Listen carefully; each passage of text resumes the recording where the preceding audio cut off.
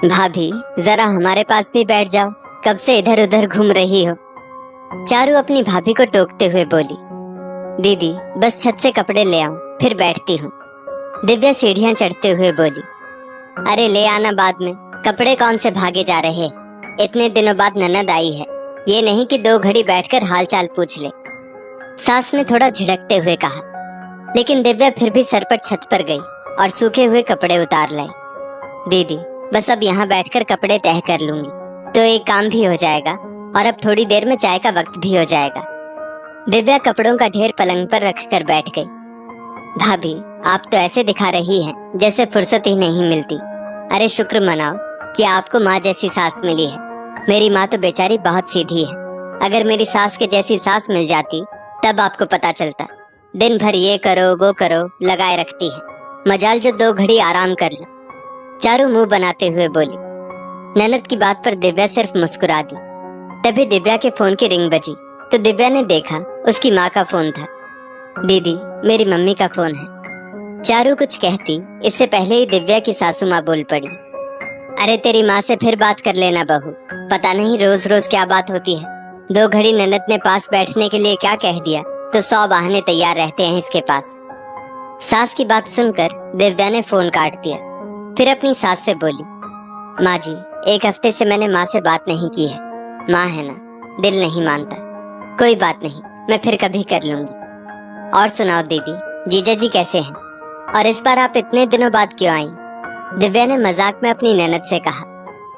अरे भाभी, क्या बताऊं, यहाँ आने के नाम से ही मेरी सास चिढ़ जाती है।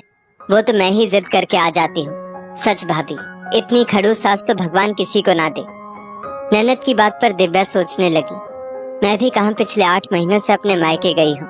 यहाँ तक कि फोन पर भी यदि 10 मिनट से ज्यादा बात कर लूं तो सासू माँ के तेवर बदल जाते हैं। चारू फिर बोली, भाभी शुक्र मनाओ कि मेरी सास की तरह मेरी माँ आप पर रोक टोक नहीं लगाती, नहीं तो आपको पता चलता सास कैसी होती है। चारू हर बात में अपनी सास को बीच में ला रही थी, जैसे दुनिया में वो ही एक बहू है जो अपनी सास से परेशान है। थोड़ी देर बाद चारू दिव्या के कमरे में गई तो वहाँ खूंटी पर टंगे नाइट सूट को देखकर पूछ बैठी, भाभी आप नाइट सूट भी पहनती हैं? जब मैं यहाँ थी तो मैं भी पहनती थी, लेकिन मेरी सास तो अब मुझे लाने भी नहीं देती। मजाल जो मैं नाइटी पहनकर कमरे से बाहर आ जाऊं, सारा घर सिर पर उठा लेती है। आप खुशकिस्मत हो जो आपको माँ जैसी सीधी सास मिली है। दिव्या को अब अपनी ननद की बातों से खुन्नस आ रही थी। वो पूछ बैठी, दीदी आपकी सास इतनी कड़क है तब तो सारा परिवार उनसे परेशान रहता होगा। क्या आपकी सास आपकी ननदों पर भी इतनी ही रोक टोक लगाती है? अरे नहीं भाभी, बेटियों को तो उन्होंने सिर पर चढ़ा रखा है। सारी रोक टोक तो मेरे ही ऊपर रहती है। बेटियां तो माँ की लाडली है ना, उन्हें भला अपनी माँ से क्या परेशानी होगी? चारू बोली। सही कहा दीदी, माँ तो सबकी सीधी ही होती है, लेकिन पता नहीं क्यों ये माँ सास बनते ही बदल जाती है। पता है दीदी, ये जो नाइट सूट आप देख रही है ना, वो मैं सिर्फ अपने कमरे में दरवाजा बंद करने के बाद पहनती हूँ। और आप जो कहती है ना कि मैं आपके पास बैठ क्यों नहीं रही थी, यदि घर में कोई भी आता है तो माँ जी मुझे वहाँ बैठने नहीं देती और न ही मेरे सामने घर परिवार की कोई बात करती है। वो तो कहती है कि बहुओं को घर के भेद देने से बात घर के बाहर निकल जाती है। जब कभी मायके जाने की बात कहती हूँ तो कोई न कोई बहाना बना देती है।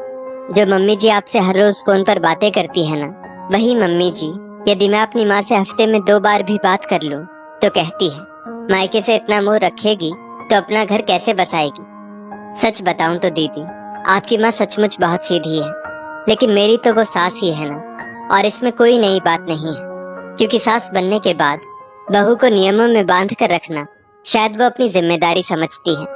ये बात शायद मेरी माँ पर भी लागू होती है। दिव्या मुस्कुराते हुए बोली। चारू निशब्द सी अपनी भाभी की बात सुन रही थी।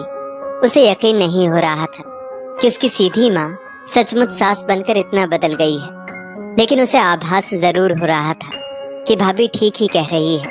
जो सास उसके लिए कड़क मिजाज है, उसकी ननदों के लिए तो वो ममतामयी माँ ही है ना। सच में एक माँ जिस तरह अपने बच्चों की नादानी और कमजोरियों पर पर्दा डालती है, एक सास नहीं डाल सकती।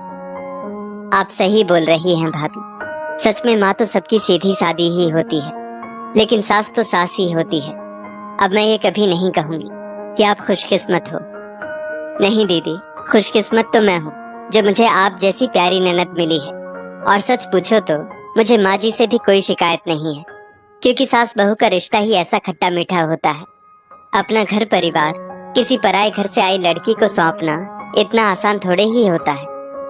दिव्या चारू को बाहों में भरते हुए बोली तो चारू भी हंस पड़ी। दोस्तों, इस कहानी का सार ये बिल्कुल नहीं कि सास ममतामयी नहीं होती, लेकिन सास पर अपनी बहू को कुशल गृहिणी बनाने की जिम्मेदारी होती है, जिस कारण वो कभी कभी सख्त जरूर हो जाती है।